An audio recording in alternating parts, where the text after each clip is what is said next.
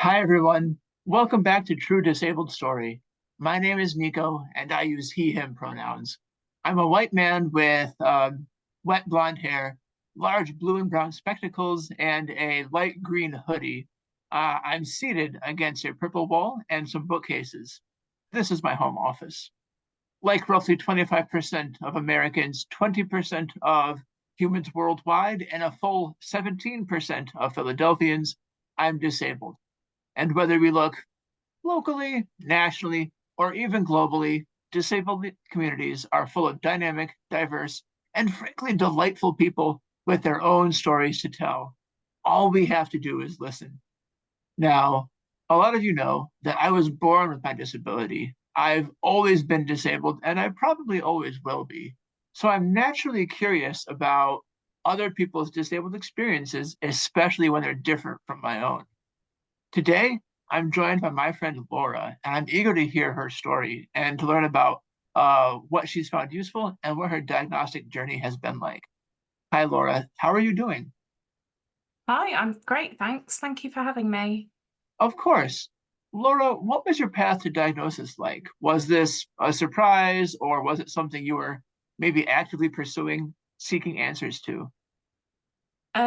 I was diagnosed with my condition about 4 years ago, so I haven't had it all my life. It was a struggle to begin with because we have the NHS in the UK, but to get to the neurologist to be able to diagnose you, there are loads of different barriers. So you have to go for an MRI scan if you're lucky to get an MRI scan. I was lucky that I threatened to go private, and so they gave me one. I had to try a minimum of 3 or 4 types of drugs that aren't designed for my condition, but they have the side effect of helping them.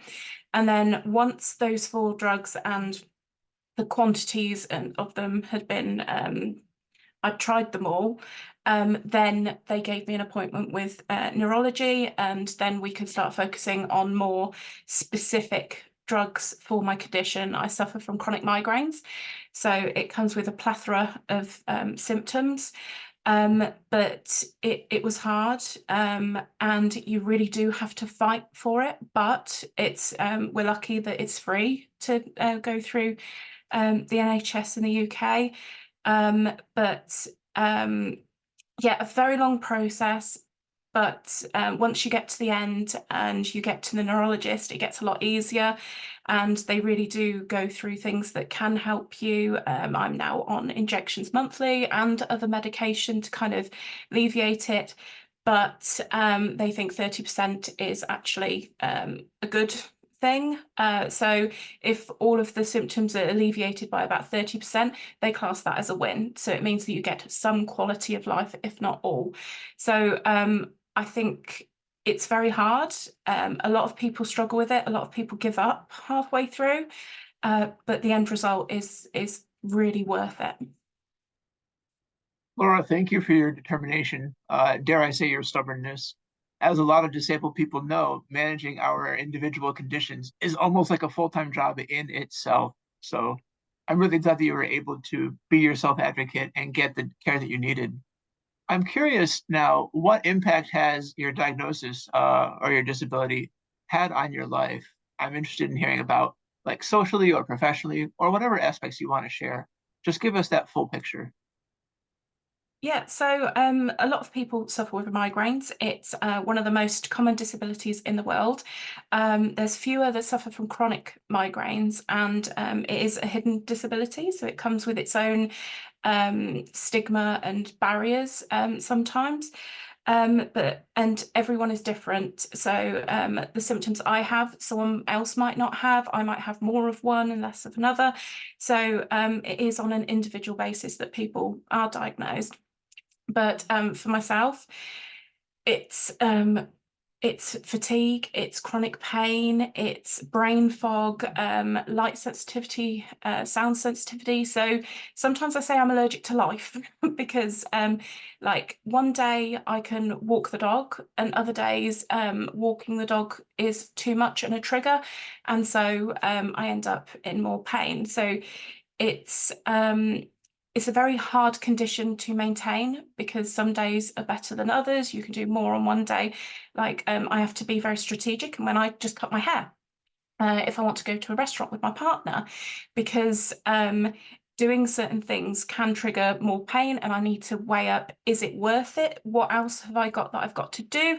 I've got a full-time job. Is that going to affect my job? I study part-time. Is that going to affect that? So no 2 days are the same. So, and managing the condition can be extremely hard, especially if it's chronic and it comes with all the brain fog, fatigue, sickness, and all the rest of it.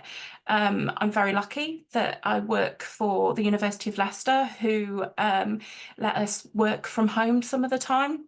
I've got a fantastic manager, so they help me regulate my condition. If I'm not able to walk to the other side of campus because of the vertigo, then I don't have to. They've got great software in place, and I've put my own mechanisms in place, and my family are absolutely phenomenal.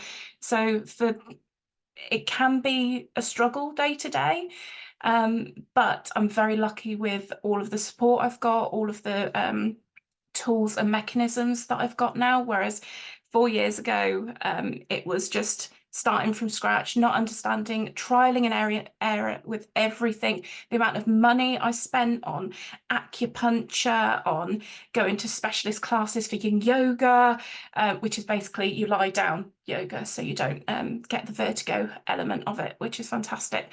But yeah, it comes with a lot of different aspects that you have to struggle with. But going through all of that process, it makes it slightly easier to kind of cope. And having a fantastic workplace has really helped me work full time. I would not be working full time without the University of Leicester. I wouldn't be studying for a degree in criminology.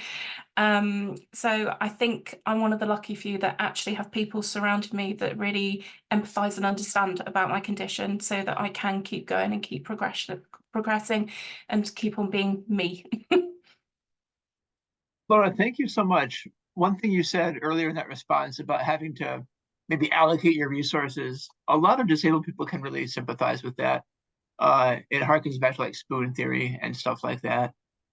Valid entirely. I'm really glad that you have all these supports in your life. We all should be so supported, definitely. Laura, if you could give yourself advice at the beginning of your journey 4 years ago, what advice would you give? Or even if you could talk to somebody else just beginning their potential migraine journey. I would say don't downplay it. You're struggling. It is a legitimate condition. It's not just a headache. It comes with a lot of other symptoms that people don't understand or realize. So educate yourself, educate the people around you, tell people that you're struggling. It's I hid my condition for about a year because I thought that it was going to stop me progressing. It was going to stop me getting opportunities, that I couldn't be myself and go on these like tangents of ideas, and that people would stop me. That didn't happen. I was my own worst enemy at the start.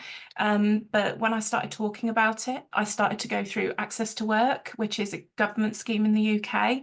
Um, when I spoke to my line manager, when went through occupational health and all of these other mechanisms that the University of Leicester have put in place for people like myself.